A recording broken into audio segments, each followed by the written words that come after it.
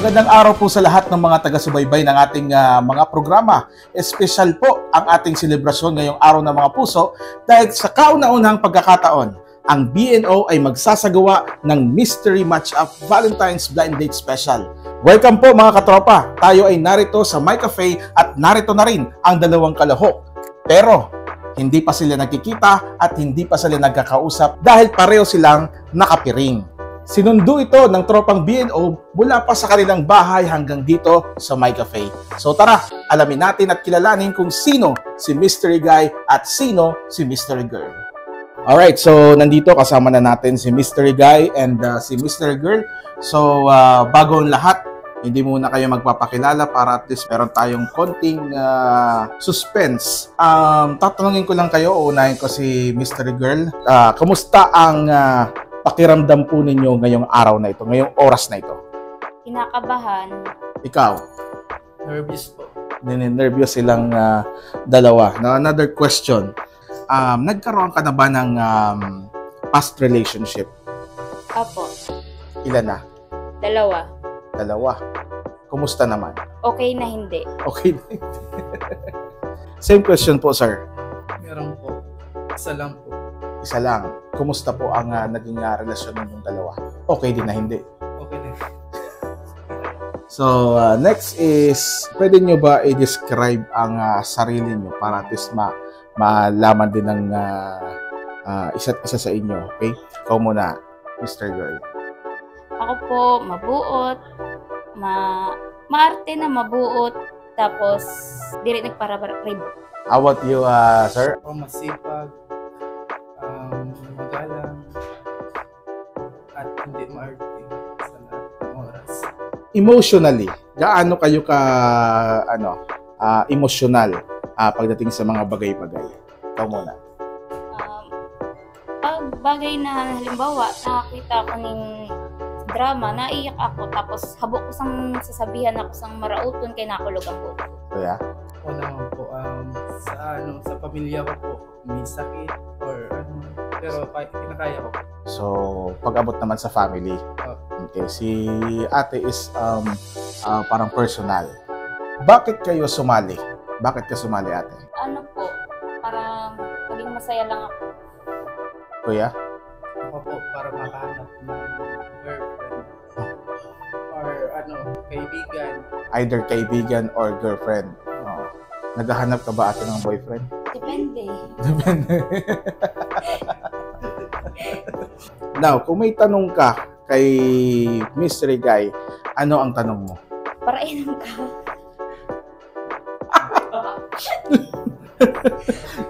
Para inom. Nagkakaroon ka ng ML. Pag-iinom po is kapistahan or celebration, yun lang. Kasi tutok ako sa trabaho. Occasionally. So, ang isa pang tanong is, nag-ML ka ba? Pag walang binibisihan or something na trabaho, yun lang ako nag-iinom. Anong gamit mo na karakter? Alpha. Ikaw ba nag-ML ka, ate? Ulay mo araw, nagagamit ka kay Layla, Roxada? Dati, Layla. Layla. Ikaw naman, kuya, halimbawa may question ka sa kanya, ano ang question mo? Ano ba hinahanap mo sa lalaki? Ano daw hinahanap mo sa lalaki? Mabuot. Diri mapanghusga. Tapos habok ko sa nagpaparakanan. ML. Ang ML o COC. Tapos ang gusto ko, may oras. May oras. Okay ba ang sagot? Sa tingin mo, ikaw ba yun? Sa tingin mo, ate, siya na ba yun? Depende. Depende pa rin. Okay, so yan na, may mga questions na tayo na nasagot. Meron na rin silang mga katanungan and nasagot na rin nila. So dako tayo sa pisikalan.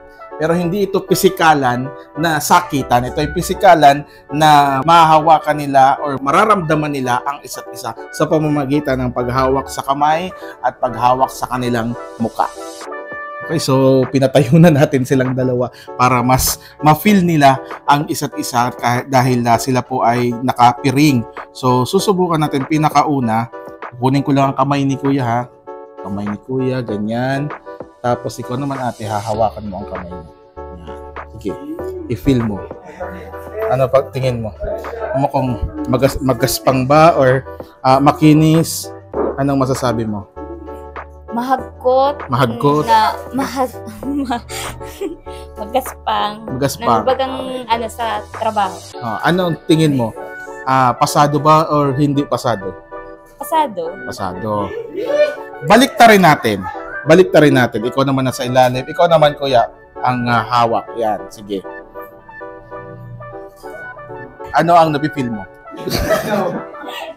Okay. Cool ba na yan? Kaya mo yan. Ano ang napipil mo? Smooth, mainit. Sa tingin mo, ano ang ginagawa niya sa buhay? Hindi ko po alam. Hindi ka naman manghuhula. Kaya di ka nanggagana sa mystery box na to. Okay?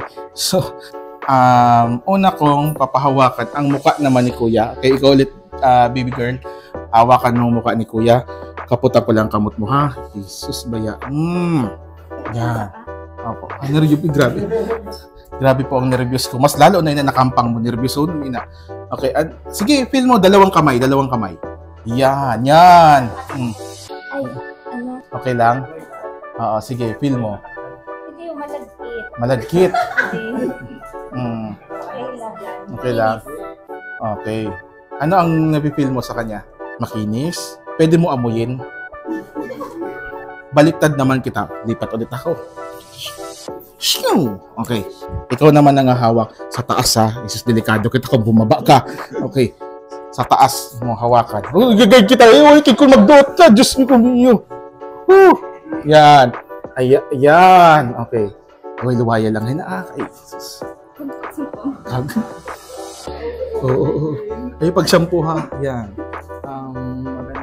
Maganda. Maganda. Makinis ang mukha. Makinis ang mukha? Madulas. Okay. Ayun lang. So, nagkapisikala na po ang dalawa. Okay, sa puntong ito ay nagkapisikala na ang dalawa. So, dadako na tayo sa pagtanggal ng kanilang piring. Pagtanggal ng piring, kiss tulos, ha? Ayan, joke lang. Okay, ready? Anong oras na pala? Ready? 3, 2, 1. Tanggal piring.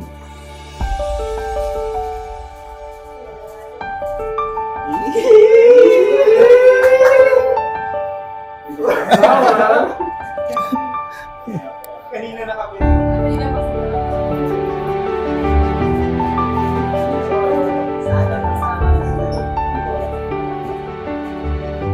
At yun na po nga po mga kaibigan at makikita po natin na sila po ay tinanggalan na ng piring. So, ang question ko ulit is ano ang reaksyon ninyo sa isa't isa nang matanggal ang piring? Makita nyo ang muka ng isa't isa. Nabigla. Bakit? Paghuna ko, kilala ko. Tapos, anong masasabi mo sa kanya? Okay lang. How about you? Expected po na magayon. Namit ba ang expectation mo? How about you? Namit din ba ang expectation mo? Opo. Wow. Palakpakan naman dyan. Yeah. Tatanungin ko muna. Pangalan, edad, at taga saan? Ako si Elma Fulgar, 30 years old, taga Sitio Mapili, Huban. How about you? Ako naman po, si Wilmore de Roja, South Poblacion, 30 years old. Oh, 30 years old. Parehas 30 years old. Alright, yan po mga katropa si Mr. Wilmore de Roja at Ems Fulgar na napasabak sa Q&A portion. Alright, so syempre, magla-lunch date muna sila and after that, proceed naman po kami sa Mice Hotel and Resort for the pictorial. Next up is Gina tayo sa SM Cinema for the ultimate Valentine's date ng dalawa. Now, kung ano man ang kahinatnan ng kanilang relasyon o magiging relasyon, yan po ay nasa kanilang desisyon.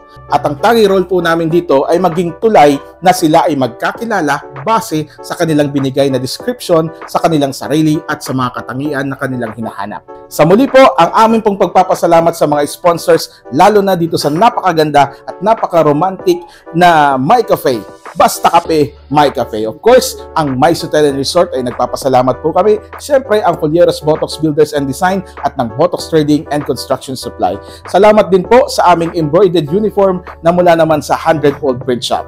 Sa aming partner, pagdating sa production design, walang iba ang very talented na Tres Photography. Siyempre, ang lahat ng ito ay dahil kina Kapitana May Folleros at Cap Botox Folleros. Maraming salamat po sa inyo sa pangalan ni GM Harold Laguerta, Boris Enjigo at sa ating mga OJTs. Ito po ang inyong tagapag-ulat and anchor ng paborito niyong The Red Show, Red Laksa. Hanggang sa muli, paalam!